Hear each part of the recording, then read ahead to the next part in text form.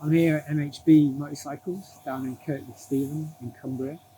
I'm meant to be working today, but I thought it's been so wet and so windy. And today it's not, so I thought I'd come out and have a little test ride. Well, actually, no, I tell a lie. I got it into my head that I saw this bike online on Instagram, the Fantic Caballero Rally. I'd seen the Scrambler before at the Welsh 500, and I saw that they had released a rally version. And I was like, yeah, that looks great. I used to have a Triumph Scrambler. The thing that got me most excited was it's only 145 kilograms dry weight, which is for someone my size. I'm 5'7" on a good day, 5'6" on a bad day. The idea of having a light bike is it's super kind of like appealing to me. The ability to maneuver it, pick it up, throw it around. Like, I don't have the benefit of a lot of leverage being tall. Okay, that's a bit quieter now. So I got into my head that this could be like the perfect bike for a trip around Tet. So go online, where's Fantic? It's up here in Cumbria. So I came down here on my CB500. Oh yeah, and I should also say the only way that I could afford this would be to swap. I've got two bikes. I've got a KTM 450 EXE and a Honda CB500X with the Rally Raid kit on. And the only real way to kind of afford this bike would be to swap it. So it would be to trade in the CB500X. So I rode down here. They're very different bikes, really. I kind of had it in my head that maybe the Caballero Rally could handle. Ooh, camera's about to fall. Don't fall. I'll take a photo of this camera setup in a minute. There is no tripod. It's wedged in a hedge. Anyway, so came down this idea that the Caballero Rally might be a great replacement. We're going to Spain later this year with friends to do a bit of the Tet, and I was thinking that it could be could be a good bike. So came down this morning. Didn't know what to expect. I met Martin, who works here, and Paul, who's his mechanic. Actually, Martin owns a business. Really nice guy. Hadn't really appreciated the range of stuff he does here. I think he does a lot of agricultural quads, because obviously that's bread and butter around here in agricultural land. There's not so many hipsters and posh coffee bars to warrant huge sales of Fantic scramblers and flat trackers. But he has got the Fantic franchise up here, and the bike looks great. The Caballero Rally looks fantastic. It looks a biz. It's light, it's small, it's perfect size for me. So I went off with Paul to have a little ride, and well, I should say that on the way down, I really wanted to hate it, because if I liked it, I'd have to swap my CB500X, which I really enjoy, and probably find a load of money. They're not expensive; they're like $6,500 new, but still, money's money. And so I was like, I'm going to really like this, and then I got on it, and man, within the first 10 seconds, it's not an off-road bike. The CB500X is not an off-road bike either, really, but the exhaust, it like kicks your leg out. So it's fine when you're sitting down, but if you stand up on it, it kicks the exhaust on the right hand side.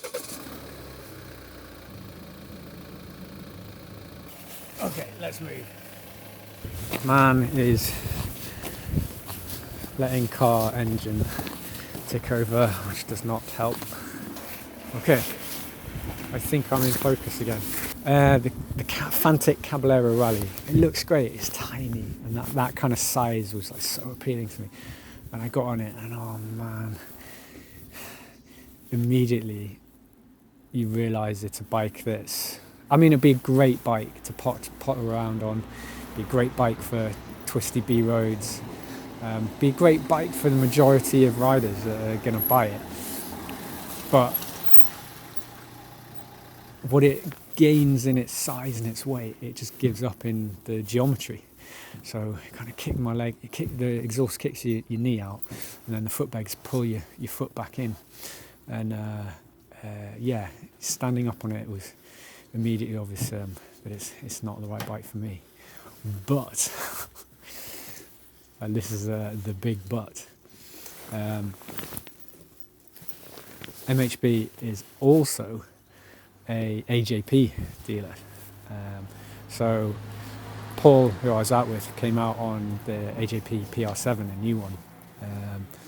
And it's a bike that Dave Lomax at Adventure Specs talked a lot about. You know, we're all searching for this like unicorn bike for, well, I mean, whatever sector you're in, but in off-road, it's like you want something that can crunch the miles, and then once you get there, it can do the trails. My EXC is fantastic at the trails. It's light. I can pick it up really easily. I converted it for long distance stuff, but it's still, you know, still vibey, still uncomfortable on long distance. I remember riding it on the Tet 2 years ago, from getting off of, the Channel Tunnel in the south coast and then riding up to the Peak District. Yeah, you do it, it's fine, didn't die, but it was hard work. And then something like the CB500X is it's not really great for anything other than like gravel track if you're going off-road. It's heavy, but you can ride it wherever you want all day on the road.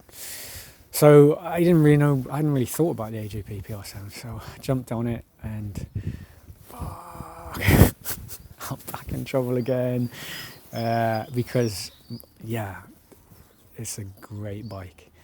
I haven't ridden a 690 or a 790. Obviously 790 is different, it's heavier, it's a twin. A 690 I guess is what it's comparable to, and I'd not really thought about 690 that much. And maybe the PR7's in the same boat, as it's too heavy for trails, too lightweight for long distance, but I was just happy. You know, it just put a smile on my face. I'm, you know, like I've said, I'm short. It's a tall bike. Rally Raid do a lowering kit that brings it down by 35mm, which would help. You'd lose a little bit of ground clearance, but you gain a bit more confidence in terms of the height. But I'm used to riding tall bikes. Yeah. So now I'm outside MHB, trying to figure out what the next bit of this conversation is. You know, I think it is a fantastic tech bike. The only way that I can do it is if I sold or traded the CB500X and the 450 EXC. I never thought I would sell that 450 EXC. It was my first dirt bike and I love it and I've done so much to it, but yeah, maybe it is the one bike that you do make compromises on, and but it means you only need one bike. So yeah, I'm just standing here looking at the, I mean, the Caballero just looks so good. It really appeals to my inner hipster. But that AJP, man, that made me smile. So yeah, we'll see. I don't know. Yeah, I don't know. Maybe let me know which one you think you'd rather me be riding. Because whatever bike I get next is going to be my bike for the next kind of year or two. We've got a northern Spain tech trip coming up later this year. Yeah. Okay. I'll have to go and crunch some numbers and see what I can afford. Let's see what I can get out of Martin.